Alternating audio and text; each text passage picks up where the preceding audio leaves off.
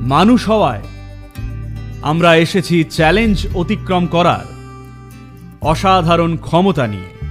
আসুন এই ক্ষমতাকে কাজে লাগিয়ে এক সচেতন পৃথিবী গড়ে তুলি, যেখানে সমস্ত জীবন প্রকৃতই যেন ডানা মেলতে পারে। একটা ষাঁড় হয়ে যদি আসতেন তাহলে শুধুই খেতে আর বাকি প্রাথমিক জিনিসগুলো করতেই জানতেন, কিন্তু আমরা মানুষ হিসেবে আসায়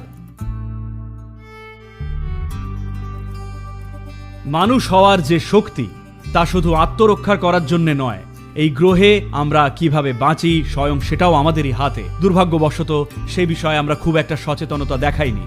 সময় এসেছে এখন যেন আমরা জীবনের সবকিছুকে সচেতনভাবে করি আর এক সচেতন পৃথিবী গড়ে তুলি। আসুন এটা সম্ভব করে তুলি।